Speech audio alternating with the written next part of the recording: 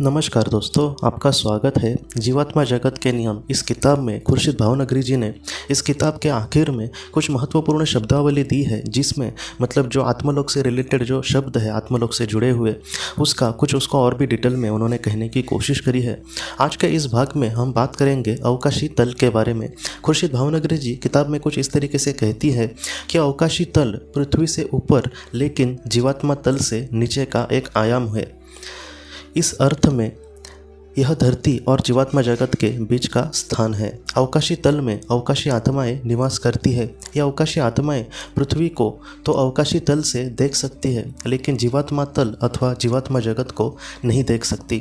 वो ये कहती है कि जो आत्मा इस दुनिया से चली जाती है, वो अगर अवकाशी तल में कुछ वक्त के लिए कभी कभी रहना चाहती है तो ऐसे समय में वो वहाँ पर रह सकती है।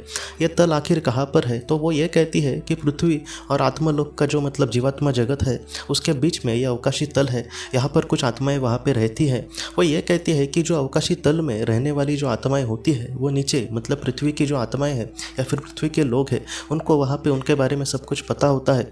लेकिन जो अवकाशी तल में रहने वाली आत्माएं होती है, उनको जीवात्मा जगत के बारे में, मतलब जो आत्मलोक है या फिर स्पिरिट वर्ल्ड है या फिर इसको हम परलोक भी कह सकते हैं, तो परलोक के बारे में उनको ज़्यादातर जानकारी नहीं होती। मतलब अगर वो बाद में जब उनका मतलब जो घर होगा आत्मलोक में, वहाँ पर आने के बाद तो जीवात्मा जगत को वो बहुत ही अच्छे से समझेंगे, लेकिन उनको पूरे तरीके से जो जीवात्मा जगत मतलब जो है उसके बारे में उनको नहीं पता होगा। लेकिन वो वहाँ से आत्मलोक उनका जो अवकाशी तल है, वहाँ से वो पृथ्वी के बारे में उसको सारी जानकारी होती है। तो इस तरीके से खुर्शीद भावनगरी जी ने हमें कहा है दोस्तों।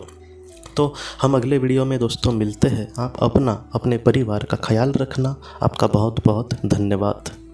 अगर आपने किसी अपने को खोया है और अगर आप किसी जेन्युइन भरोसेमंद थेरेपिस्ट की तलाश कर रहे जो आपके अपनों के संदेश आपको दे सके, तो आप इस नंबर पर व्हाट्सएप मैसेज कर सकते हैं। हम जितना हो सके आपको किसी अच्छे थेरेपिस्ट के बारे में बताने की कोशिश करेंगे, जो आपको बहुत ही अच्छे से संदेश दे और आप अपने जीवन में आगे बढ़ पाए। आपका बहुत बहुत धन्यवाद।